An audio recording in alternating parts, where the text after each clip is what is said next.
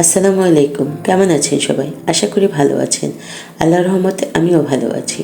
আজ আমি আপনাদের সামনে এমন একটি খাবারের আইটেম নিয়ে হাজির হয়েছি, যেই খাবারটি সারা চাইনিজ কিন্তু প্রায় অসম্পন্ন থেকে যায়। যারা চাইনিজ খেতে ভালোবাসেন এবং রেস্টুরেন্টে গিয়ে চাইনিজ খান, তারা এই খাবারটি অবশ্যই অর্ডার করেন, আর বাড়িতেও অনেকে বানিয়ে খান। তো আজ আমি সেই চাইনিজ আইটেমটি করে দেখাবো। এর জন্য আমার প্রথমে লাগবে ক্যাপসিকাম। এখানে আমি 3 কালারের ক্যাপসিকাম নিয়ে নিয়েছি, রেড, ইয়েলো এবং গ্রিন ক্যাপসিকাম। আর নিয়েছি কাঁচামরিচ কুচি। এরপর লাগবে হচ্ছে টমেটো কুচি। টমেটোটাকে আমি স্লাইস করে নিয়েছি, গাজর স্লাইস, এটাকে আমি লম্বা লম্বা করে কেটে নিয়েছি, এবং কিছুটা নিয়েছি শসার কুচি। এটা দিলেও হয়, না দিলেও হয়। এই সমস্ত উপাদানগুলো আমি কেটে রেখে দিয়েছি একপাশে।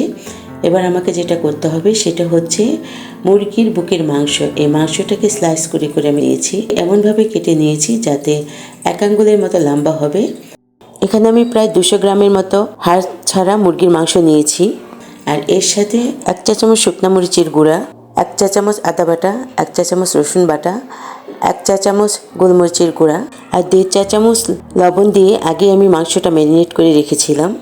আর সাথে দিয়ে দিলাম হচ্ছে কর্নফ্লাওয়ার, দিলাম হচ্ছে 1টি ডিম।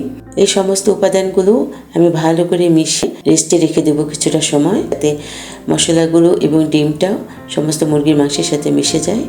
এবার আমার ম্যারিনেট করা মাংসটা থাক সাইডে, মূল রান্নায় চলে যাচ্ছি। এই জন্য প্রথমে আমি একটা ফ্রাই প্যানে বাটার বা সামান্য ঘি দিয়ে কাজু বাদামগুলো হালকা ফ্রাই করে নেব। এটা কিন্তু ডিপ ফ্রাই করা যাবে না, হালকা ফ্রাই, কালারটা যাতে নষ্ট না হয়ে যায়।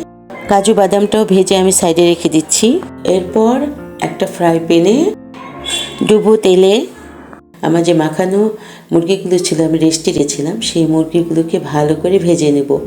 কিন্তু একেবারে ডার্ক কালার করে ফেলা যাবে না, এটা মিডিয়াম আঁচে ভাজতে হবে যাতে ভেতরটা ভাজা হয়, কিন্তু একেবারে করে না হয়ে যায় সেদিকে খেয়াল রাখতে হবে। কারণ মাংসগুলির ভেতরে যদি জুসিনেস না থাকে তাহলে কিন্তু ভালো লাগবে না খেতে। মাংসগুলো ভাজা হয়ে গেছে আমার। এবার তেল ঝরিয়ে একটা প্লেটে আমি সাইডে রেখে দিচ্ছি। সমস্ত মাংসের পিসগুলো আমি এভাবে ভেজে নেব। এখন আমি মূল রান্নায় চলে যাই। এই জন্য আমি একটা বড় ফ্রাই প্যানে দিয়ে নিলাম সামান্য বাটার। বাটারটা খুবই পরিমাণে কম দিতে হবে। এই বাটার আমি গাজরটাকে হালকা ভেজে নেব, খুব বেশি ভাজবো না, একেবারে সামান্য একটু করে ভেজে নেব। তারপর ওর ভিতর দিয়ে দিলাম আমি আমার ক্যাপসিকামগুলো হয়ে গেলে এরপর হালকা নাড়াচাড়া করে নিতে হবে। এরপর দিয়ে দেবো টমেটো কুচিটা দিয়ে আমি হালকা নেড়ে নেব। এই সময় কিন্তু চুলার তাপটা হাই ফ্লেমে রাখতে হবে, তা না হলে সবজিগুলো সেদ্ধ হয়ে পানি বের হয়ে যাবে, সেটা যাতে না হয়। পানি বের হলে সবজিগুলো যদি অতিরিক্ত সেদ্ধ হয়ে যায় সেক্ষেত্রে ভালো লাগবে না। এখন আমার এই রান্না কিছুটা হয়ে গেছে। এবার আমি এর ভিতরে দিয়ে দেব স্বাদ অনুসারে লবণ, টমেটো সস। আর বন্ধুরা, এই জিনিসগুলো কিন্তু আপনাদের রান্নার অনুপাতে নেবেন। আপনারা কতটুকু রান্না করছেন, কয়টা, এখানে আমি একটা করে ক্যাপসিকাম দিয়েছি, বড় ক্যাপসিকামগুলো ছিল সেই অনুপাতে আমি আমার এগুলো দিয়ে দিয়েছি। সসগুলো দিয়ে দিলাম কালো গোলমরিচের গুঁড়া অর্থাৎ ব্ল্যাক পেপার পাউডার। এবার আমি এখানে কিছুটা অ্যাড করেছি আপনার মাশরুম, তারপর ভেজে রাখা কাজু বাদাম। মাশরুমটা আমি আগে সেদ্ধ করে হালকা ভেজে রেখে দিয়েছিলাম, শসা কুচি, তারপর ভেজে রাখা চিকেন, কিছুটা আমি কাজু বাদাম এখন দিয়ে এর ভিতর নেড়ে চেড়ে নেব।